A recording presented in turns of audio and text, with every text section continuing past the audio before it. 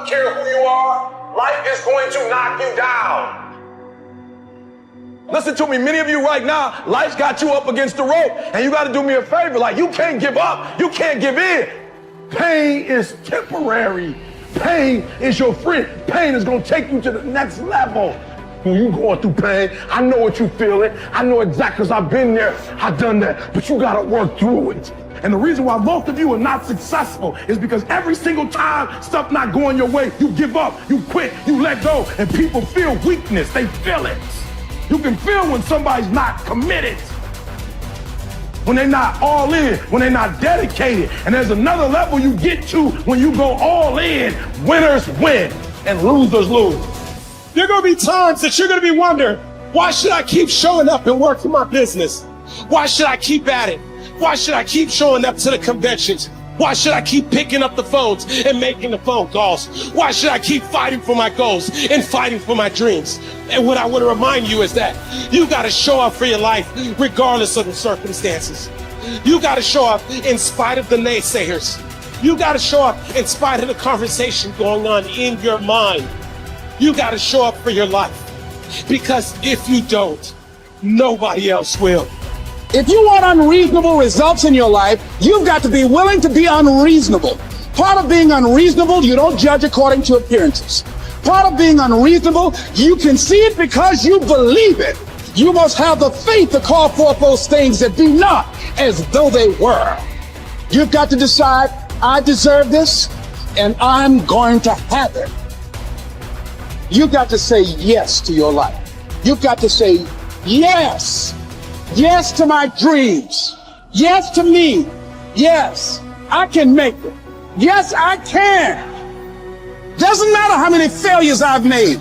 Doesn't matter how many mistakes I've endured. Doesn't matter about my defeats. Doesn't matter about what I've done.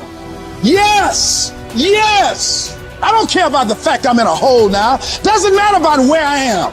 The last chapter to my life has not been written yet. If you judge me now, you'll judge me prematurely. I'm still in the process of transforming my life. I'm still in the process of becoming. Yes. The brilliance of Thomas Edison was not in his mind. It was something much more ordinary and often much less respected. I've got no imagination, he once said. I never dream. I've created nothing. If you're someone who doesn't like Edison, you might think that this is Edison admitting to stealing his inventions from other, more brilliant inventors, like Nikola Tesla. Not quite, but he did readily concede that most of the credit belonged to something other than his brain. The genius hangs around his laboratory day and night, Edison said.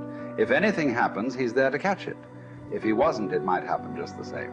Only it would never be his. What he's talking about is showing up. The incredible, underrated power of clocking in every day, putting your ass in the seat, and the luck this seems to inevitably produce. Edison lived in his laboratory and never missed a day. Like Gehrig, even when he was sick, when he was tired, or when visited by tragedy or disaster. The modern conveniences we can trace to his lab then owe far more to his body than his brain, to the compounding power of consistency rather than sheer brilliance. It wasn't about inspiration. It was about getting to work, show up and try.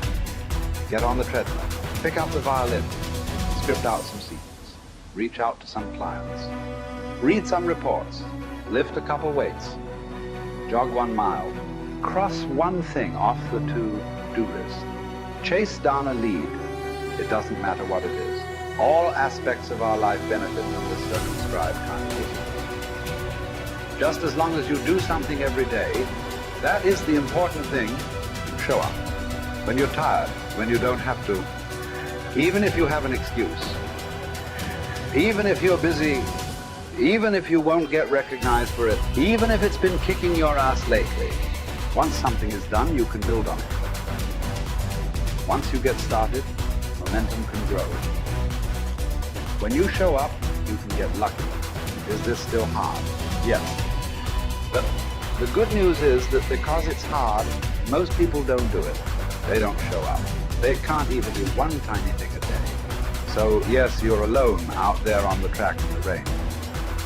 You're the only one responding on Christmas. But having the lead is, by definition, a little lonely. This is also why it's quiet in the morning. You have the opportunities all to yourself. Don't worry about setting any records. Just report for duty. No excuses. And here's the irony. This is also a way to break records. Consistency is a superpower. Day to day, willpower is incredibly rare. Lowell Gettrig was a solid position player and a good hitter. But his success really was rooted in the fact that he didn't miss many days of work. It's quite likely that had he continued at his normal pace and not been stricken with R's, that he would have put up career numbers that surpassed Babe Ruth. Gettrig wasn't just able to show up despite injuries and fatigue. He also had to push through ennui, doubt, and just plain not feeling it. He had slumps like we all do, but he also understood what they meant. As a minor leaguer, he had struggled at the plate and thought about quitting. The Yankees' owner sent down a scout to walk Gehrig through the very basic math of a batting average.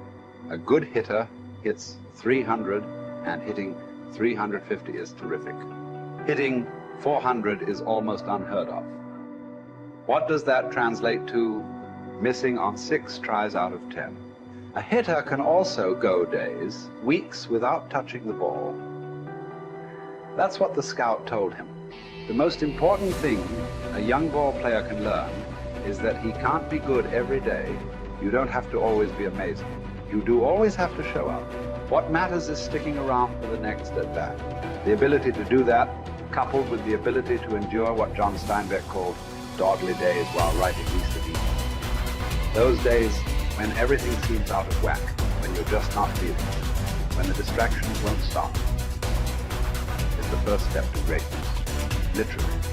You cannot be great without the self-discipline to do that. One thing a day adds up. Each day adds up. But the numbers are only interesting if they accumulate in large quantities. You guys that are just getting started, you're not going to start right here. You're going to start down there, probably in another city, another town. I grew up in Lake Charles, Louisiana, no money, raised by a single mother. I was in debt at 25 years old. First thing that I had to do in my life was not learn a new skill. First thing I had to do to get my life moving in the right direction was self-development. It is vital. It was vital for me that I improved myself and I could start depending upon me. I had to show up every day with some rituals, some disciplines, and start getting myself to trust me, not trust others, but trust myself to do the right thing every day. One of the things that I started doing was beating the sun up every morning. I'm going to beat that sun up every morning so that I have the discipline and the control over my life. So I knew, hey, before that thing pops, I'm going to pop. I'm going to get out of bed, depend on myself, get up at the same time every day. And for me, that time, regardless of where I was beat that sun up. No matter where I am, I'm going to beat that thing up. So it gives me a sense of control over my own life. Second thing,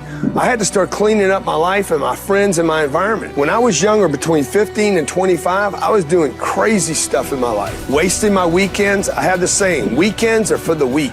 I was drinking, fooling around with a bunch of bad things, bad people. At 25 years old, I cleaned it all up. Quit going to those places. Quit hanging out with people that did not have ethics and discipline in their life. I wanted to build something in my life. I wanted to become someone. And to do that, to become someone in the eyes of the world, just beating that sun up every morning gives me the sense of accomplishment. That I did what I said I was going to do. That I woke up when I said I would wake up. And I start building respect for myself, start believing in myself so that I can go out into the world. And maybe today when I go into this meeting that I'm dressed for, they'll believe in me as much as I believe in me. And that'll show up in a contract, a deal, maybe even some money.